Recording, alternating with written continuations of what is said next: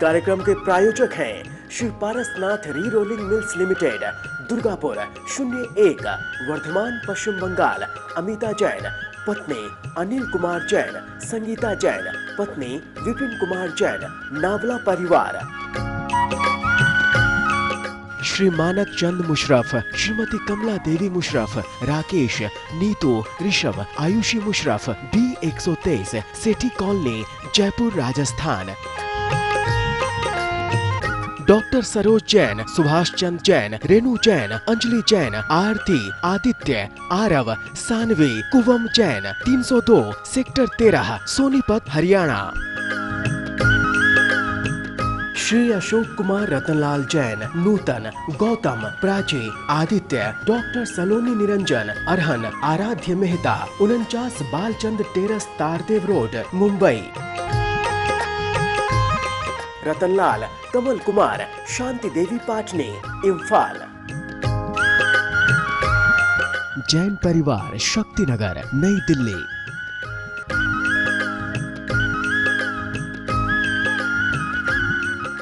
मोक्षमार्गस्य नेतारं भेत्तारं कर्मभूभृतां ज्ञातारं विश्वतत्त्वानां वन्दे तद्गुणलब्धये। पंच परमेष्टि भगवान की जय।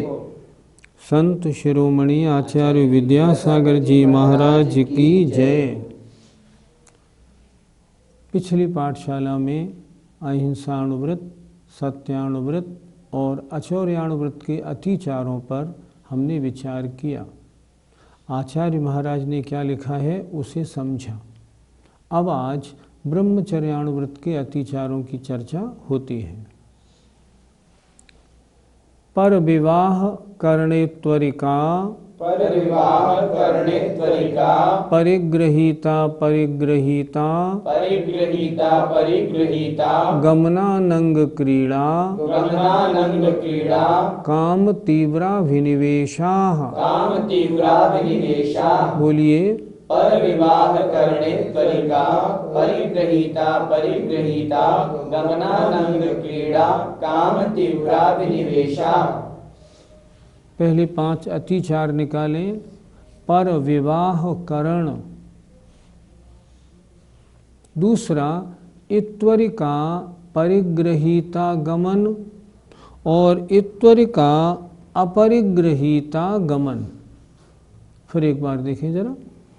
इत्वरिका परिग्रहीता गमन, इत्वरिका अपरिग्रहीता गमन, अनंग क्रीड़ा और काम तीव्राभिनिवेशाः। 5। एक बार फिर देख लें।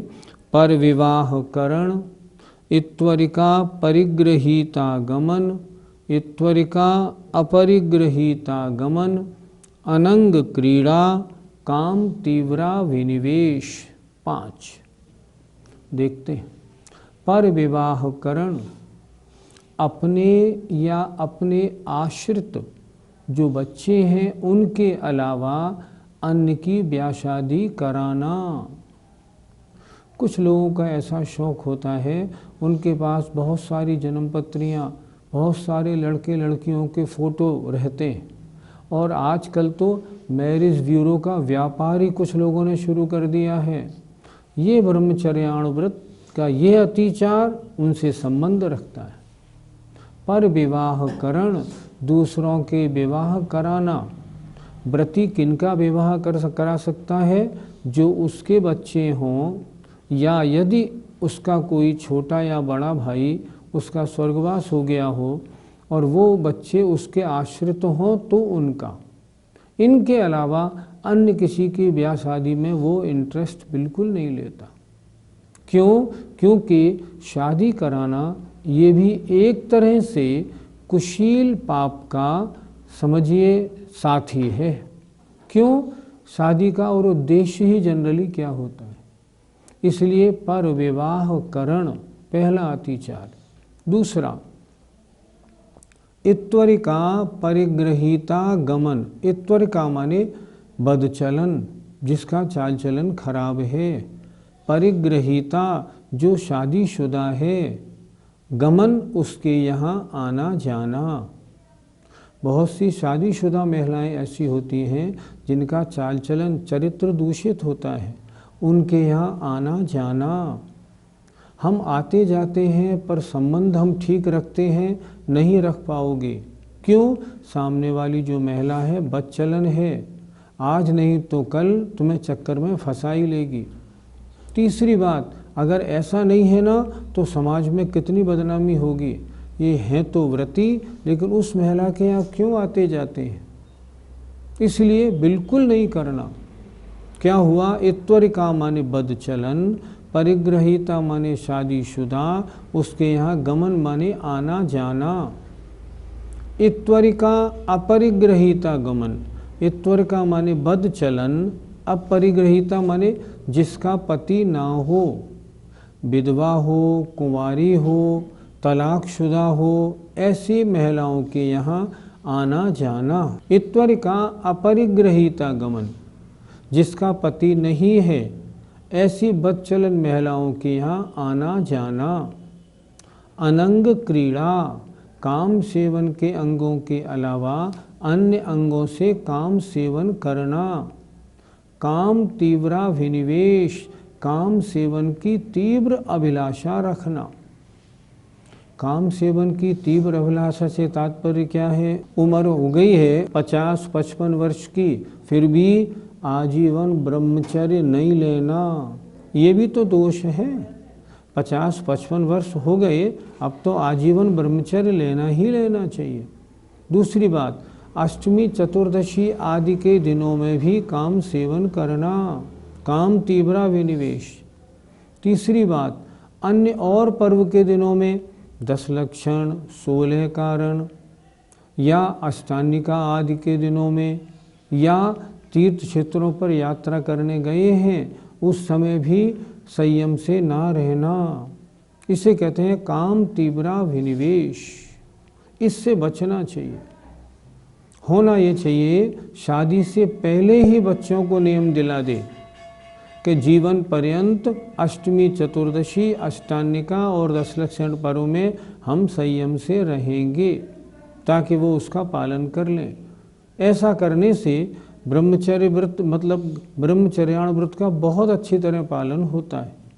ब्रह्मचर्यानुव्रती टीवी आदि देख सकता है या नहीं? नहीं देख सकता। मैं कहता हूँ टीवी आदि में आजकल सब जगह अश्लीलता ही अश्लीलता है। अधिकांश फिल्मों में अश्लीलता ही परोसी जाती है। हाँ, अगर टीवी आदि में कोई धार्मिक प्रोग्राम हो, जैसे आप लोग देख रहे हैं, इसका निषेध नहीं।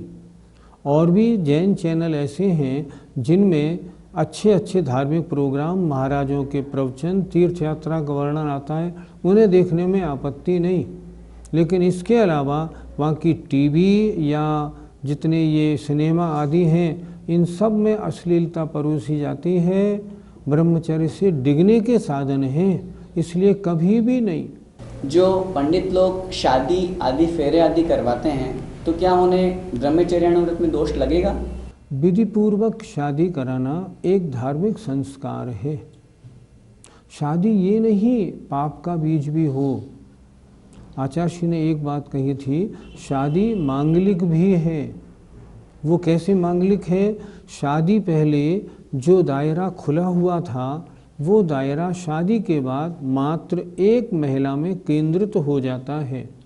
तो इस सब से बचाने के कारण शादी मांगलिक है। जो पंडित लोग अगर मान लीजिए किसी की ब्याह शादी कराते हैं, तो वो किस लिए कराते हैं? ताकि वंश परंपरा चलती रहे, जैन धर्म का हमेशा सद्भाव बना रहे, ताकि ये दोनों पति पत्नी धार्मिक विधि विधान से शादी करें और अपने जीवन को धार्मिकता के साथ चलाएं, धार्मिक साथ सारे नियमों का पालन करें। उनकी ये भावना है, इसलिए ये एक संस्कार है, इसे कराने में ऐसी आपत्ति नहीं। लेकिन अगर कोई विद्वान पंडित रात्रि में विवाह शादी संस्कार कराते हैं तो उचित नहीं। फेरे आदि का कार्य दिन में होना ही उचित है। अब परिग्रह परमाणु व्रत के अतिचारों पर अगला सूत्र देखते हैं। क्षेत्रवास्तु हिरण्य सुवर्ण धन धान्य दासी दास कुप्य प्रमाणातिक्रमाः। क्षेत्रवास्तु हिरण्य सुवर्ण धन धान्य दासी दास कुप्य प्रमाणातिक्रमाः। बोलिए। क्षेत्रवास्तु हिरण्य सुवर्ण धन धान्य दासी दास कुप्य प्रमाणातिक्रमाः। इसमें इनको जोड़े से लगाएंगे। पहला अतिचार क्षेत्र वास्तु प्रमाणातिक्रम, दूसरा होगा हिरण्य सुवर्ण प्रमाणातिक्रम, धन धान्य प्रमाणातिक्रम, दासी दास प्रमाणातिक्रम और कुप्य प्रमाणातिक्रम। 5। अब थोड़ा समझते हैं। क्षेत्र माने होता है खेत और वास्तु माने होता है मकान। जब परिग्रह परमाणु व्रत लिया था तब मैं इतने खेत और इतने मकान रखूँगा, इसका नियम ले लिया था। अब क्या हुआ, मान लीजिए मेरे 2 खेत थे, अब मैंने तीसरा खेत और खरीद लिया, तो इस तरह किया तो मेरा व्रत भंग हो गया, अनाचार। यदि मैंने ऐसा किया, मैंने एक खेत अपना और एक खेत के बराबर वाले खेत को लेके बीच की बाढ़ हटा के मैंने उसको एक खेत बना लिया और मैंने कहा 2 ही खेत तो हैं, एक मेरा और एक ये। अगर ऐसा किया है दोष है, अतिचार है। इसे अनाचार में क्यों नहीं लिया? अनाचार में क्यों नहीं लिया? उसे अपने व्रत का होश है, क्योंकि मेरे 2 का नियम है। अब उसने क्या किया, उस दूसरा खेत था ना, उसकी बीच की बाढ़ हटा दी और उसको पूरा एक कर दिया, मेरे ये 2 खेत हैं। अगर ऐसा करता है तो दोष लगता है। वास्तु मेरा नियम है, मैं 2 फ्लैट रखूँगा। अब मैंने क्या किया, एक बराबर वाला फ्लैट सस्ता मिल रहा था, मैंने दोनों फ्लैटों को मिला के बीच का रास्ता तोड़ के एक फ्लैट बना लिया। अब मेरे तो 2 ही फ्लैट तो हैं, नहीं, अतिचार हो गया। यहाँ अधिक की वांछा होना ही अतिचार है। बात करो पहले से कम करने की, बढ़ाने का क्या काम। तो खेत और मकान, इनके प्रमाण का अतिक्रम करना। दूसरा हिरण्य सुवर्ण, हिरण्य माने होता है चांदी या मुद्रा, कैश। सुवर्ण माने सोना। इन दोनों का जितना मैंने तोल रखा था, जितनी मैंने काउंटिंग रुपए की रखी थी, उसका उल्लंघन कर देना।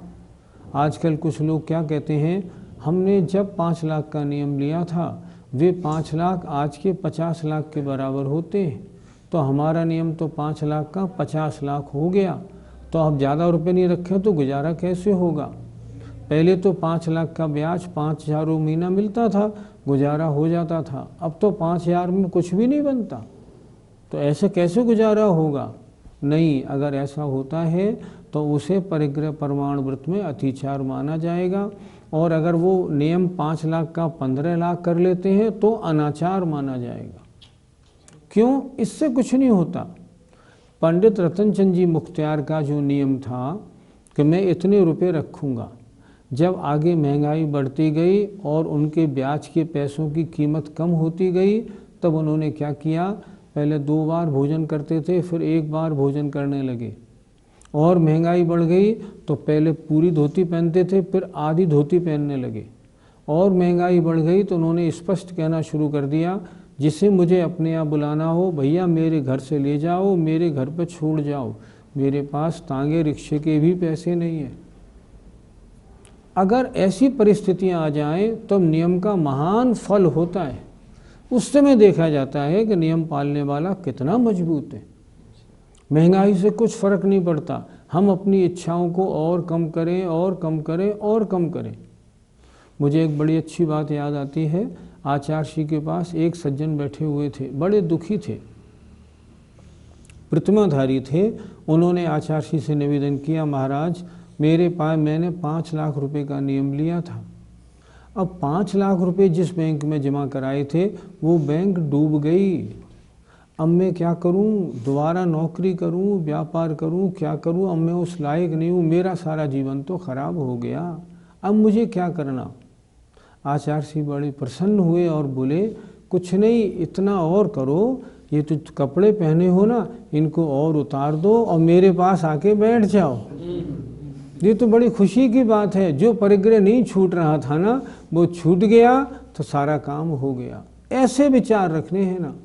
क्या पंक्ति लिखी है? उन्हीं जैसी चर्या में यह चित्त सदा अनुरक्त रहे। उन्हीं जैसी कैसी? दिगंबर साधु जैसी चर्या में। मुझे तो साधु बनना है। संपत्ति नष्ट हो गई, चलो मैं छोड़ता हूँ।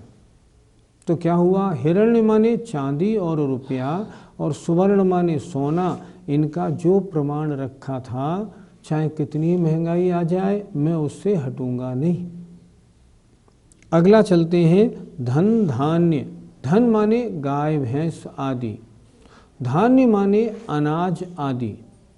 मान लो पहले गाय रखते, 2 गाय 2 भैंस रखने का नियम था। अब भैंस मिलनी बंद हो गई, तो हम 4 गाय रख लें? नहीं, 4 गाय नहीं रख सकते। 2 गाय 2 भैंस का नियम है, तो नियम तो वो ही रखना पड़ेगा। नियम चेंज नहीं होगा। नहीं है तो मत रखो, नियम तो ऐसे रहता है। दासी दास, मैं इतनी नौकरानी और इतने नौकर रखूँगा। अब नौकरानियाँ मिलना बंद हो गई तो मैं नौकर बढ़ा लूँ? नहीं, नौकर नहीं बढ़ेंगे। वो तो जो नियम आपने लिया है, नियम वो ही रहेगा। कुप्य माने कपड़े, और इनके साथ में अगर हम लगाएं भांड माने तो बर्तन या मसाले आदि। इन सब का जो नियम ले लिया है, वो ही नियम यावत जीवन पालन करना होगा।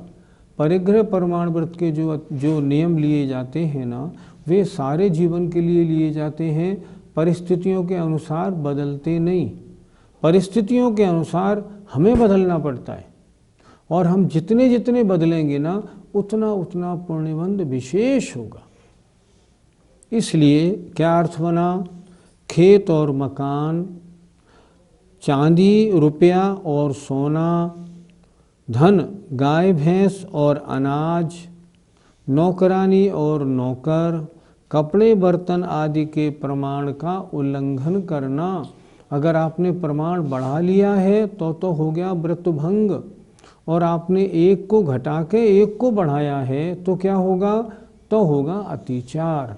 क्योंकि आपको अभी ध्यान है मेरा नियम तो ये है, नियम भंग नहीं हो जाए, इसलिए तो अतिचार होगा। इनसे बचना चाहिए, अन्यथा परिग्रह प्रमाण व्रत कैसे पलेगा? इस सूत्र में परिग्रह 9 लिखे हुए हैं, लेकिन वास्तव में तो बाह्य परिग्रह 10 है। फिर ये कम क्यों लिखे हुए?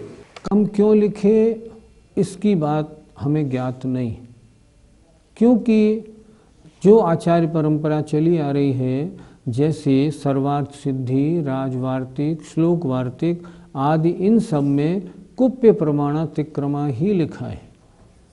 इसका मतलब या तो हम ये लगा लें, कुप्य और भांड दोनों को हम कुप्य से ही ले लें। शायद आचार्य ने इसलिए 2 शब्द घटाने के लिए ऐसा किया हो। लेकिन मैंने जब इस बारे में थोड़ी जानकारी की और तत्वार सूत्र की पुरानी पांडुलिपियाँ निकाली, तो मुझे 16वीं शताब्दी की ऐसी पांडुलिपियाँ मिली जिनमें कुप्य भांड प्रमाणातिक्रमा लिखा है। आज भी आचार्य विद्यासागर जी महाराज के संग में जब ये सूत्र पढ़ा जाता है ना, तो कुप्य भांड प्रमाणातिक्रमा पढ़ा जाता है। इसके पढ़ने में कोई दोष तो नहीं है, लेकिन अगर बात कोई ये करे मूल परंपरा क्या है, तो मूल परंपरा तो वही है जो सरवार सिद्धिकार राजवार्तिककार ने लिखी है। वहाँ भांड शब्द देखने को नहीं मिलता। अब क्यों नहीं मिलता ये नहीं मालूम, लेकिन इतना ज़रूर है कुप्य से हमें कुप्य और भांड दोनों लगा लेने चाहिए। हमारा नियम है कि मैं 2 गाय को रखूँगा, 2 गाय मैंने रखी और उनके बीच में एक बछड़ा हो गया, तो फिर हम क्या करें? अगर आपका 2 गाय का नियम है तो श्रावकाचारों में जो लिखा है वो मैं आपको बता रहा हूँ। उसमें तो ये लिखा है, यदि एक गाय गर्भवती हो जाती है तो दूसरी गाय फौरन बेच दो।